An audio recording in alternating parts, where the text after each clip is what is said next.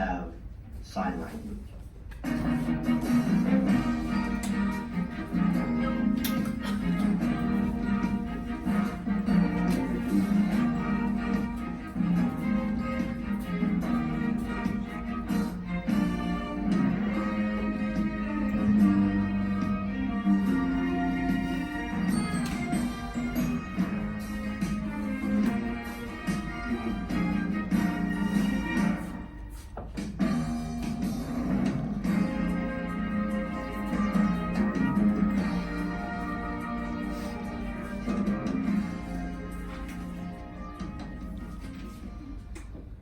Hello.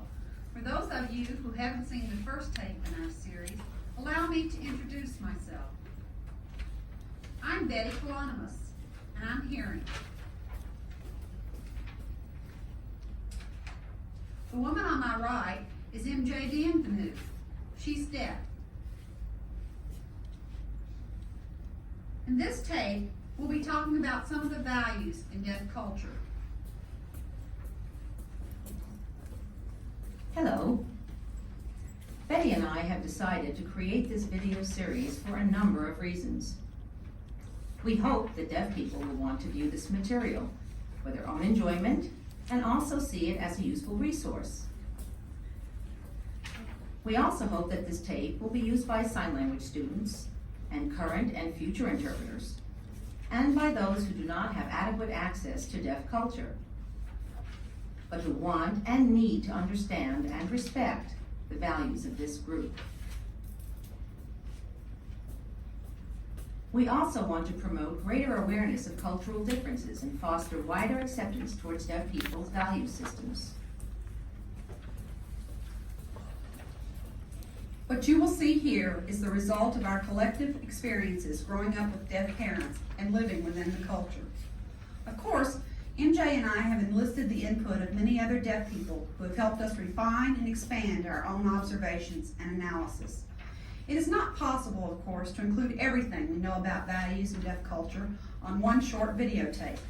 So we have selected what we perceive as the most important issues for presentation here. As with our first tape, we will abide by the cultural rule that only deaf people should publicly share information about their culture. And so for the remainder, MJ will serve as narrator. MJ? Before we talk about values, it's necessary to briefly review what is meant by culture. Our first tape, which dealt with rules for social interaction, began with an explanation of the major indices of culture.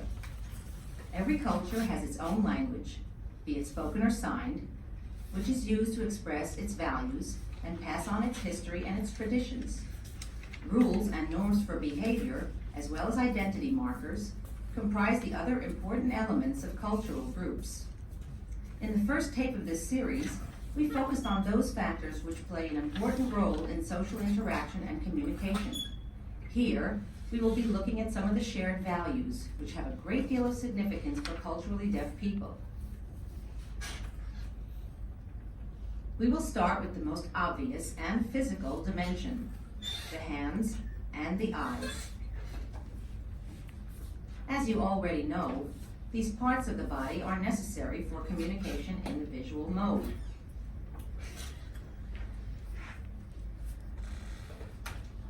We posed a hypothetical question to our consultants to get at the relative importance of the hands and the eyes.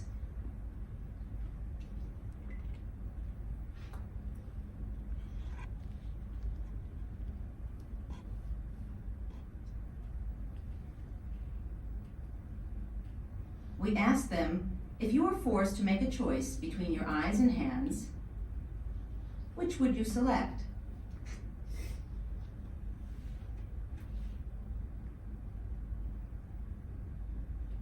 Here's what they said. If I had to, I'd rather lose my hands than my eyes. I could get along without hands, and even sign. But being blind, I'd be lost. I don't know if I'd want to go on. Right, and remember there are also new technological advances which could replace the hands with mechanical ones. They could probably do that for the eyes too, a transplant from an animal. No way, I'm talking about human eyes only. Oh, seriously, I'd rather keep my eyes than my hands. I can't imagine not being able to see things. If I lost my eyesight, I'd want to end it all. I feel exactly the same way. I could live with no hands, but missing out on TV, football, and everything there is to see in the world, that's just too much to give up. There wouldn't be much reason to stay alive. To be honest, though, it would be better to have both. Clearly, when forced to choose between the two, deaf people consider their eyes to be more crucial than their hands. This is not surprising when we consider that education and socialization take place in the visual channel. To succeed, deaf people must have access, visually, to the world, their friends, and to the media to keep informed. The eyes are so highly valued that closing off the visual world is seen as equivalent to an end to life itself. Mention was made of the availability of prosthetic devices which can restore many of the functions of the hands, including signing.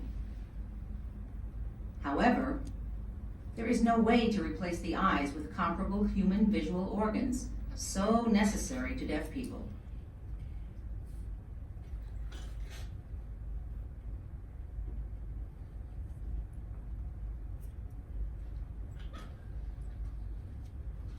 Common myth held by people outside the culture is that deaf people are concerned about their hearing. In other words, they should care about their ears. However, culturally deaf people are generally content with their lives and experiences, which are uniquely deaf, and often they don't understand why so many want to transform them into hearing people. One of the most recent attempts to do away with deafness is reflected in the currently promoted surgical procedure known as the cochlear implant. In this first vignette, you will see 3 deaf people talking about this very issue. You know, lately this cochlear implant thing has really been on my mind. I wonder, does it bother you as much as it does me? Huh? Why, did someone have it done? Oh yeah, Joe. You know Joe. I don't know, it must be your friend. Do you know? Nope, never met the guy. I mean, Joe grew up deaf, but all his life his hearing parents never gave up trying to make him into a hearing person. So he had it done. Well, did it work? I mean, how does he feel about it? I don't know if it did the job or not. I haven't seen him since the operation. I bet he's in the cycle ward right now. He must have freaked out. I know if I went through the surgery at this stage in my life, they'd have to commit me to a mental hospital for sure. Me too. I wouldn't want it. And besides, I doubt it can really do what they say. And even if it did, I have no desire to be hearing. After all, I've always been deaf. Perhaps if I had an implant when I was 6 or 7, I could adjust to it. Maybe it would work out okay. I think it's more appropriate for hearing people who become deaf in adulthood. They can adapt better. Right, that's exactly what I mean. Putting that thing inside a deaf person, that's something else altogether. It'd be awful.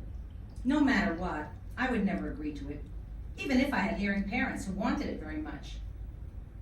I wouldn't want to give up being a deaf person.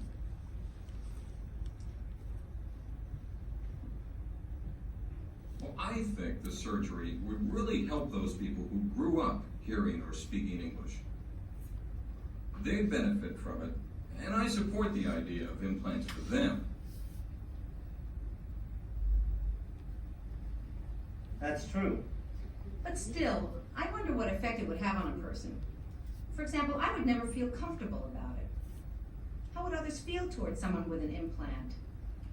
Will they really be able to make the transition without having to learn how to hear and practice a lot? I don't know. I wonder if next thing they come up with is a way of implanting a live organ. You mean animal ears inside us?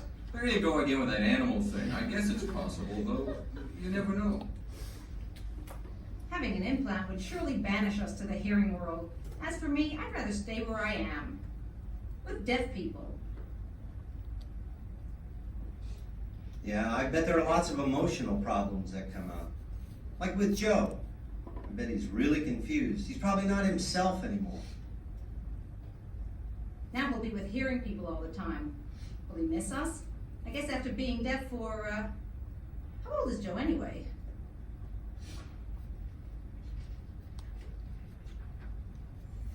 In his 20s, I think.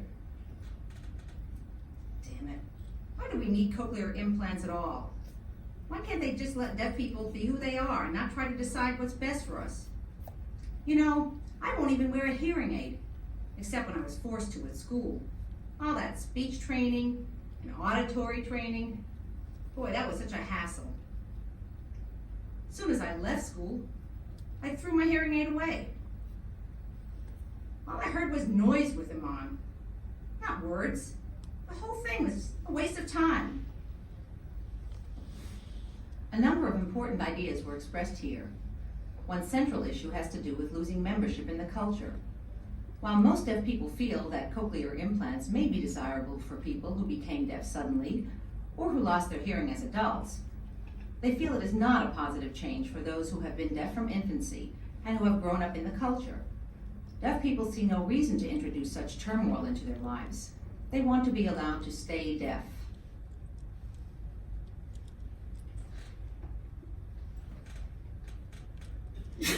An important cultural vehicle has always been the School for the Deaf, primarily because it is the place where most deaf children with hearing parents encounter the language and cultural values which they will embrace as adults. It is where formal and informal education takes place, where social bonds are formed, and where all the joys of childhood, like sports and games and sharing dreams, develop and are fostered by deaf peers and leaders. Long after graduation, we see the deep and lasting loyalty felt by deaf people toward their schools. The past few years have been very distressing, as more and more schools are being closed as a result of increased mainstreaming practices. Deaf people are beginning to organize to save their precious schools through demonstrations and protests, to call attention to the problem. Here's an excerpt from one such conversation.